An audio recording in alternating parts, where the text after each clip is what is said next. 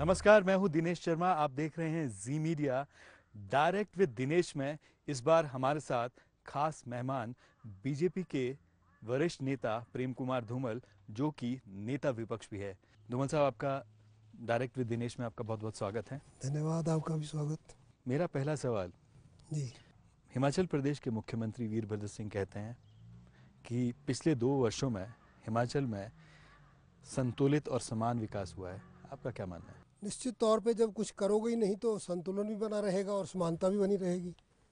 कोई करेगा तब तो अंतर आ सकता है कि विकास हुआ या नहीं हुआ, कितना हुआ, कहाँ हुआ, कहीं ज़्यादा हुआ, कम हुआ। उन्होंने किया ही कुछ नहीं सिवाय बदला बदली के, इसलिए उनको लगेगा संतुलित ही है और समान है। तो आप कह रहे हैं कि जो भी यहाँ पर काम हुआ, बदले की भावना से काम किया गया। निश्चित तौर पे हर चुने हुए प्रतिनिधि के खिलाफ, विपक्ष के लोगों के साथ और पंचायतों के प्रधान तक राजनीतिक आधार पर बदला की भावना से काम किया जा रहा है। लोग प्रताड़ित किए जा रहे हैं, झूठे केस बनाए जा रहे हैं। आज तक मुख्यमंत्री एक प्रोजेक्ट बता दे जो इन्होंने शुरू किया हो और उसका उद्घाटन किया हो। जो भी उद्घाटन हो रहे हैं वो जो भारतीय जनता पार्टी की सरकार ने काम हमने किया था उनके उद्घाटन कर रहे हैं। ये केवल या तो शिलान्यास कर रहे हैं बिना पैसे के, बिना बजट प्रोविज़न के, और फिर कहते हैं हम विकास कर रहे हैं। तो विकास तो है ही नहीं। तो ये दावे खोखले हैं। निश्चित तौर पे खोखले हैं। और ऐसा है कि जैसे 1-1 किलोमीटर सीनियर सेकेंडरी स्कूल दे रहे हैं, हाई स्कूल दे रहे हैं, टीचर्स हैं नहीं, हॉस्पिटल्स में डॉक्टर्स नहीं, पैरामेडिकल स्टाफ नहीं, स्कूल में टीचर नहीं। अभी खबर लगी थी कि 1117 ऐसे स्कूल हैं जहां केवल एक टीचर है। और मैं जानता हूँ एक स्कूल मेरे कंस्टिट्यूंसी में है जहाँ 17 स्टूडेंट हैं, 5 क्लासेस में, छठी से लेकर 10th तक, जी। और 7 टीचर हैं। जी। तो ऐसा इम्बैलेंस है, जहाँ अध्यापक है वहाँ स्टूडेंट नहीं, जहाँ स्टूडेंट है वहाँ अध्यापक नहीं। तो बस आप क्यों इस तरह से हुआ कि आपके खिलाफ और आपके परिवार के खिलाफ आपको टारगेट किया जा रहा है? आपके खिलाफ मुकदमे के बाद मुकदमा मुकदमा, केस के बाद केस दर्ज किया गया। जिसको जहाँ से खतरा होता है वहीं वो ज़्यादा ध्यान करता है।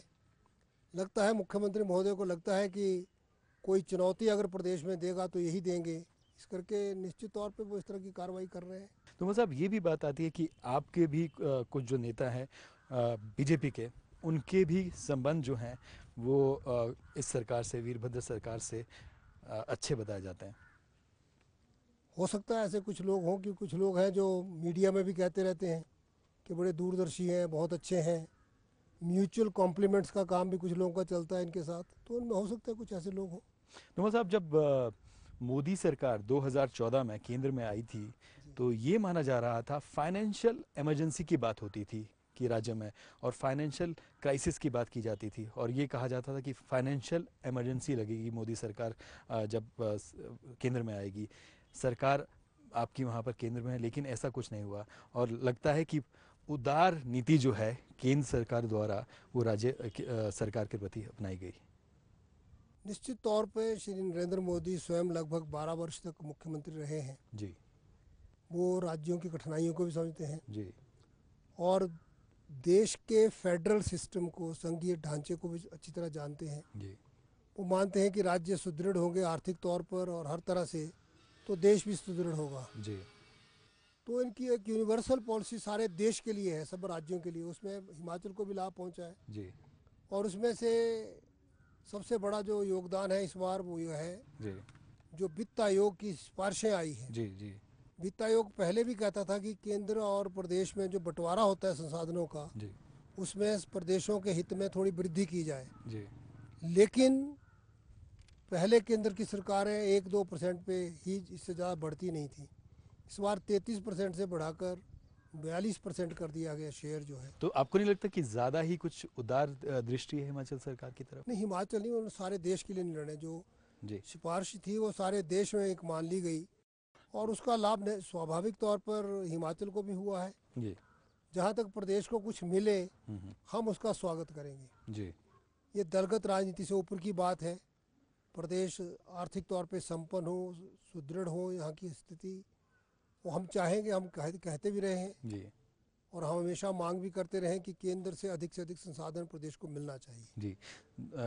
आपको नहीं लगता, आपने कहा कि दलगत राजनीति से ऊपर उठकर काम होना चाहिए, जी क्या आपको नहीं लगता जिस तरह से बदले की भावना से आपने भी कहा, जो मुकदमे दर्ज हुए, केसेस जी फाइल हुए, उससे ऊपर उठना चाहिए वीरभद्र सरकार को, ताकि राज्य का विकास हो सके? निश्चित तौर पे उठना चाहिए उनको, अगर वो ऐसा सोचें तो। लेकिन उन पर निर्भर करता है, जो सत्ता में होता है उसको निर्णय करना है। जैसे मोदी जी अगर चाहते तो कह सकते थे अच्छा 33% से 35% करते हैं, 2% की इंक्रीज दे दो बहुत है, जी। तो सीधा 42% पे ले जाना, जो रिकमेंडेशन है उसको स्वीकार कर लेना, ये उनकी भावना थी जो सत्ता में थे। ऐसा निर्णय जो सत्ता में वो ही ले सकता है। जी। तो इसी तरह से ये कार्रवाई करने का भी जो निर्णय है, ये जो सत्ता में जो पार्टी है उसी को लेना, उसी व्यक्ति को लेना होता है। वो करे तो ठीक है, नहीं तो जैसे है वैसे चलेंगे। धवल साहब, यहाँ हमको एक छोटा सा ब्रेक लेना होगा।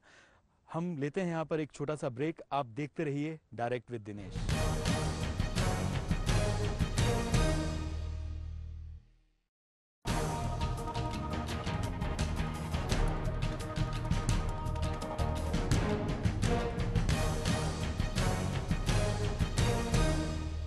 ब्रेक के बाद डायरेक्ट विद दिनेश में आपका स्वागत है।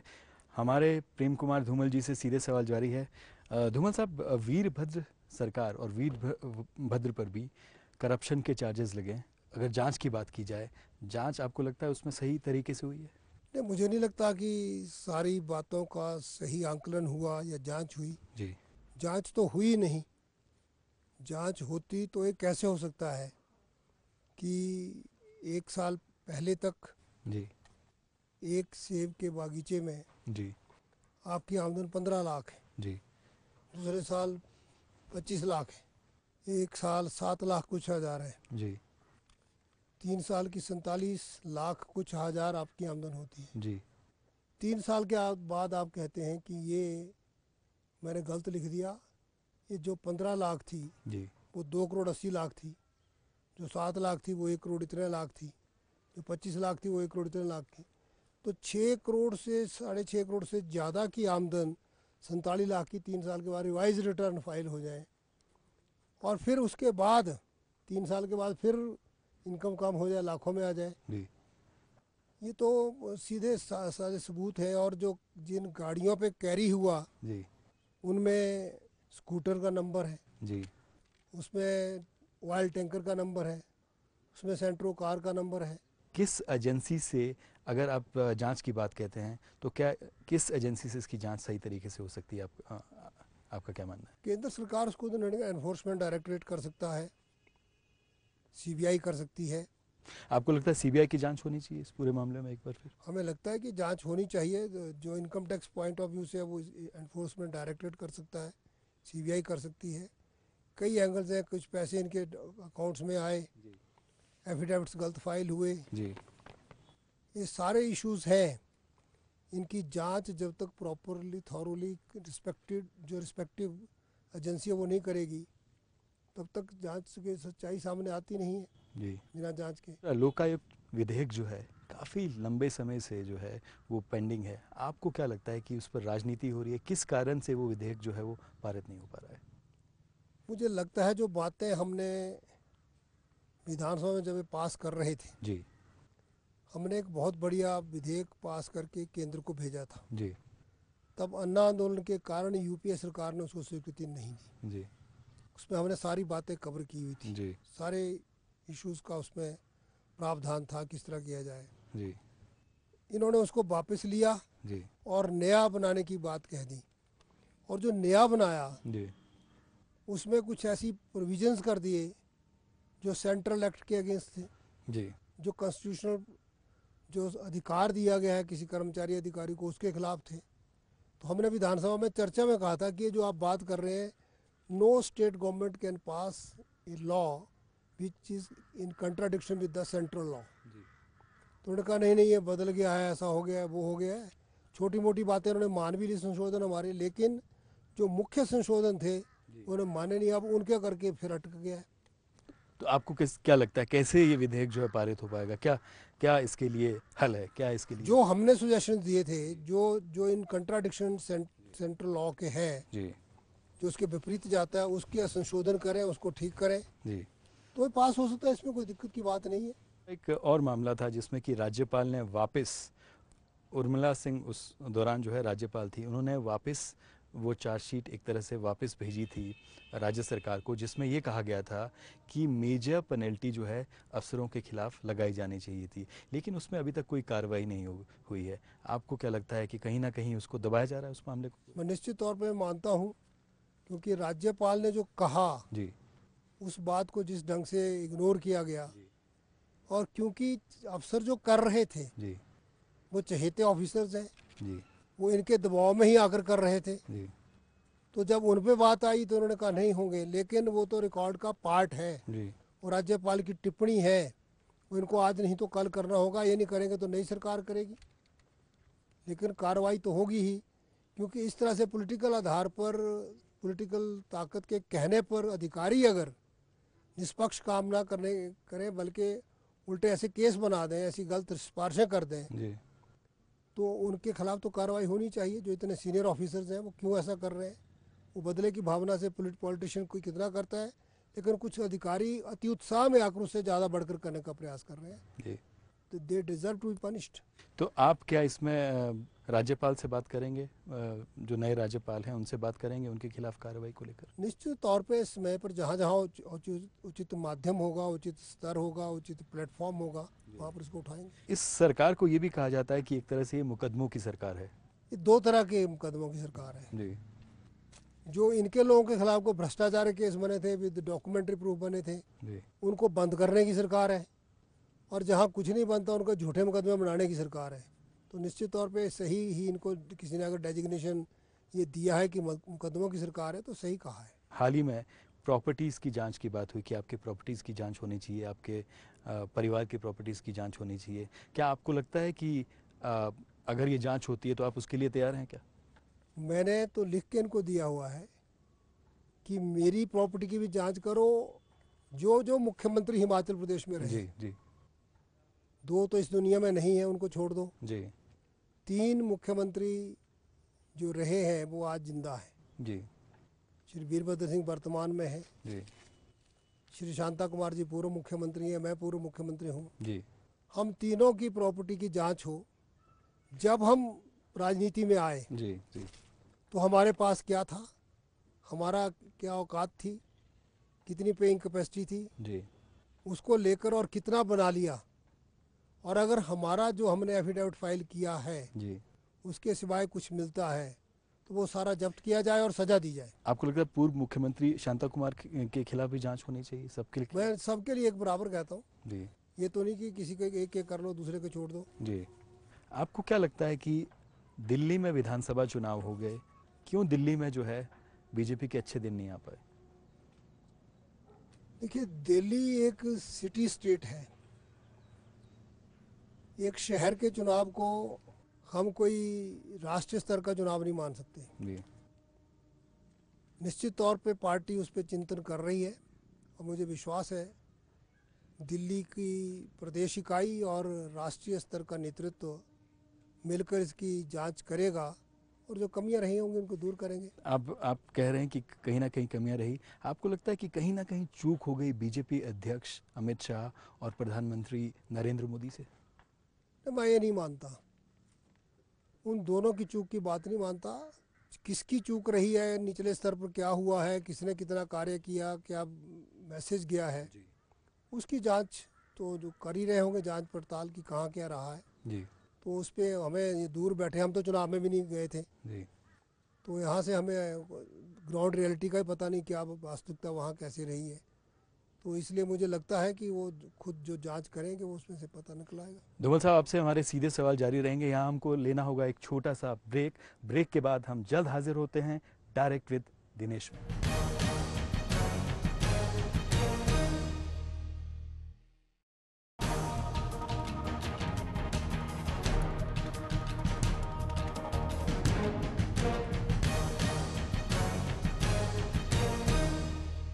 ब्रेक के बाद एक बार आपका फिर स्वागत है डायरेक्ट विद दिनेश में। हमारे साथ है बीजेपी के वरिष्ठ नेता प्रेम कुमार धूमल जी। धूमल जी, आपको क्या लगता है कि नरेंद्र मोदी कैसा काम कर रहे हैं केंद्र में? प्रधानमंत्री नरेंद्र भाई मोदी बहुत शानदार काम कर रहे हैं जी और एक जो जिसको कहते हैं सेंस ऑफ पर्पस, जी कुछ करना है, जी इसकी भावना प्रधानमंत्री में तो है ही, जी उनके सहयोगियों में भी उनके कारण आई है, जी अधिकारियों में आई है, सांसदों ने व अन्य लोगों ने इसकी गंभीरता को पहचाना है। और अगर देश तेजी के साथ काम करे, मेहनत से काम करें, सब लोग अपना अपना काम ठीक करें, जी तो वो दिन दूर नहीं जब विश्व की सबसे बड़ी शक्ति बनकर भारत उभर सकता है। काला धन पर जो है, जब 2014 के लोकसभा चुनाव से पहले बात होती कि काला धन वापस लाएंगे, 100 दिन में वापस आएगा, लेकिन अभी तक काला धन पे भी सरकार जो है एसआईटी से आगे जो है बात आगे बढ़ नहीं पाई है। मैं निश्चित तौर पे मानता हूँ कि किसी भी निर्णय को लागू करने के लिए, किसी काम को करने के लिए, कोई उपलब्धि प्राप्त करने के लिए जी आपकी नीति क्या है और आपकी नीयत क्या है, इसका बड़ा महत्व होता है। भाजपा की नीति काले धन को वापस लाने की है, नीयत भी साफ है कि लाएंगे। जी और यही कारण है जो आपने एसआईटी का जिक्र किया, कैबिनेट की पहली बैठक में जी जो 3 साल से कांग्रेस के नेतृत्व में यूपीए सरकार ने मामला लटकाया था कि एसआईटी बनाई नहीं, जी पहली मीटिंग में बना दिया। अब विदेश से काला धन आने के लिए जिस तरह के एग्रीमेंट्स अलग अलग देशों के साथ चाहिए थे, वो एग्रीमेंट्स हो रहे हैं और आगे से एक दूसरे को जानकारी देने का कई जगह समझौते हो गए, कई में हो जाएंगे। जी 100 दिन किसी ने कहीं नहीं कहा कि 100 दिन में लाएंगे और तुम्हारे अकाउंट में जमा करा देंगे। जी ये तो पॉलिटिकल स्टंट है हमारे विरोधियों का कि आपने कहा था 100 दिन में लाएंगे। कौन कह देगा कि 100 दिन में लाखों करोड़ रुपए आ जाएगा और वो खातों में भी जमा हो जाएगा। लेकिन आपको विश्वास है कि काला धन वापस आएगा? मुझे विश्वास है, कितना होगा ये मैं नहीं जानता, जी लेकिन मैं जानता हूँ कि काला धन वापस आएगा और काला धन बनना बंद होगा। बजट सत्र है, बजट आने वाला है हिमाचल सरकार का। आम जनता की अगर बात की जाए, आपको क्या उम्मीद है हिमाचल वीरभद्र सरकार से बजट को लेकर? श्री वीरभद्र सिंह जी एक तरह से एक रिकॉर्ड कायम कर रहे हैं, 18वीं बार बजट पेश करेंगे। निश्चित तौर पर इनके बजट का आज तक का जो मैंने हाल देखा है, ये बस किराया पहले बढ़ा लेंगे, बिजली चार्जेस बढ़ा लेंगे और ये बढ़ा लेंगे, लेकिन बजट टैक्स फ्री होगा। जी जी तो मैं नहीं सोचता जिस व्यक्ति ने 17 बार टैक्स फ्री बजट दिया हो वो 18वीं बार को टैक्स लगाने की हिम्मत करेगा। जी अगर की होती पहले तो आज प्रदेश की आर्थिक स्थिति ये ना होती, संसाधन थोड़े थोड़े भी जुटाए होते तो लोग भी उसमें योगदान लोगों ने किया होता, लोग उसके प्रति जागरूक हो गए होते और प्रदेश की आर्थिक स्थिति भी ठीक हो गई होती। अगर इश्यूज की बात करें, मुद्दों की बात करें, क्या बीजेपी सही ढंग से, सही तरीके से हिमाचल में, हिमाचल सरकार के खिलाफ मुद्दे उठा पाई है? एकजुट है पार्टी, आप ये कहेंगे? मैं समझता हूँ पार्टी एकजुट भी है जी और जो मुद्दे हमने उठाए हैं बड़े प्रभावशाली ढंग से उठाए हैं जी और यही कारण है कोई पार्टी चुनाव जीतने के 1 साल के अंदर जो हालत होती है, जी हिमाचल प्रदेश में आप जानते हैं हमने इतिहास रचा है, जी विपक्ष में रहते हुए 4 लोकसभा की सीटें जीतना भारी बहुमत के साथ जी और 5वां बाई इलेक्शन जीतना। नहीं तो सत्तारूढ़ दल नॉर्मली 1-2 साल के अंदर जितने चुनाव होते हैं उसको जीत लेता है। तो उसको राज्य बीजेपी की जीत कहेंगे या फिर नरेंद्र मोदी का जो जादू था उस टाइम उसकी जीत, उसका? दोनों का कॉम्बिनेशन है, हम दोनों को अलग अलग नहीं देखते हैं। जी जी आपको लगता है कि बीजेपी जो है सत्ता में वापस आएगी यहाँ पर? लेकिन ये भी कहा जाता है बीजेपी के जो बड़े नेता हैं वो शिमला में नहीं रहते, जैसे आप है तो आप गांव हमीरपुर में रहते हैं। क्या आपको नहीं लगता कि यहाँ शिमला जो कि सत्ता के केंद्र है, यहाँ पर ज़्यादा वरिष्ठ नेताओं को रहना चाहिए? नहीं, हम रहते हैं, जब जब आवश्यकता होती है रहते हैं, लेकिन जिस जहाँ के लोग जिताकर हमें यहाँ भेजते हैं सरकार बनाने के लिए, उन लोगों के साथ उनके सुख और दुख में शामिल होना, उनके विकास की चिंता करना, उनके बीच रहना। मैं तो सारा प्रदेश घूमता हूँ, अब भी सारे घूमा हूँ, शिमला ज़िला में मैक्सिमम मैं ही घूमा जी और लगातार जब भी कई बार तो एक दिन जाते हैं, शाम तक वहाँ पहुँचते हैं, 1 दिन लगा के फिर शाम को फिर शिमला पहुँच जाते हैं। जी और जब सत्ता होती तब तो हेडक्वार्टर है ये, तब तो यहीं होते हैं। जी धूमल साहब, राजनीति से हटकर सवाल, हिमाचल की जनता या बाकी लोग ये जानना चाहते हैं कि प्रेम कुमार धूमल जी के शौक क्या हैं? वास्तव में अब तो सारा समय राजनीति में ही लग जाता है, जी लोगों के संपर्क में लगता है, लेकिन कभी कभार अगर मौका लगे तो म्यूज़िक सुनने का है, जी कभी लिखते भी थे। और इच्छा यही होती है जितना समय अपने पास है उस समय को मानव सेवा में लगाएं। नेता विपक्ष के तौर पर क्या आपको अपने परिवार के लिए वक्त मिल पाता है, या फिर प्रदेश के घूमते रहते हैं और घर से परिवार से शिकायत ही रहती है? मैं इस मामले में सौभाग्यशाली हूँ कि मेरे परिवार में ऐसा संतोष है कि जब से मैं राजनीति में आया हूँ मैं समय नहीं दे पाया। वास्तव में जब मैं सर्विस करता था जी तभी मैं सर्विस भी करता था और पढ़ता भी था, जी तो तब भी समय कम होता था।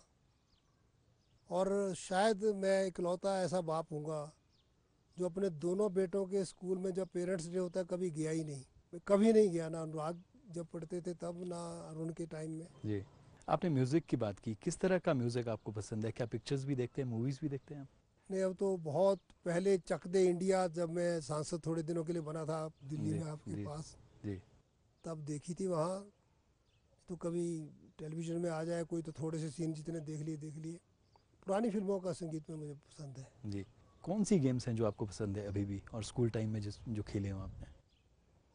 मैं लगातार 5वीं क्लास से वॉलीबॉल खेलता था। जी हमारा स्कूल जहाँ से मैंने मिडिल पास किया वो मिडिल स्टैंडर्ड का ही था, तो वहाँ भी मैं कैप्टन था स्कूल का। जी फिर जहाँ से मैंने डीएवी स्कूल से, टोनी देवी था हमीरपुर में है वो डीएवी स्कूल था, जी वहाँ मैट्रिक में दोनों साल में कैप्टन रहा। फिर पंजाब यूनिवर्सिटी इवनिंग कॉलेज में सर्विस करते हुए ग्रेजुएशन की, तो 3 साल लगातार कॉलेज टीम का कैप्टन रहा और यूनिवर्सिटी लेवल तक खेला हूँ वॉलीबॉल। तो मुझे वॉलीबॉल तो मेरा अपनी गेम है, पसंद है। जी।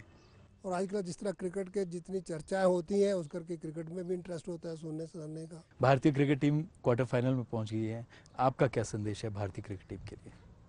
मैं उनको बधाई देता हूँ, बहुत शानदार प्रदर्शन इस बार इनका चला हुआ लगातार। जी मैं ईश्वर से कामना करता हूँ और उनसे आग्रह करता हूँ कि इसी मेहनत और लगन के साथ खेलें और वर्ल्ड कप दूसरी बार फिर जीतकर एक रिकॉर्ड कायम करें, ऐसी मेरी इच्छा उनके मैच प्रति है। देखने का आपको समय मिल पाया क्या? कोई मैच देखा आपने? कभी अगर रात को मैच आ रहा हो तो देखने का मिलता, दिन में तो नहीं मिला। धूमल साहब, जी मीडिया से बात करने के लिए बहुत बहुत धन्यवाद। बहुत धन्यवाद, आपका भी बहुत धन्यवाद, आपने मौका दिया। ये थे बीजेपी के वरिष्ठ नेता प्रेम कुमार धूमल। आपको हमारी बातचीत इनसे कैसी लगी, आप हमको लिख सकते हैं editorpunjabi@zmedia.slgroup.com पर। आप हमको ट्वीट भी कर सकते हैं SDINASHAA पर। आप देखते रहिए जी मीडिया। नमस्कार।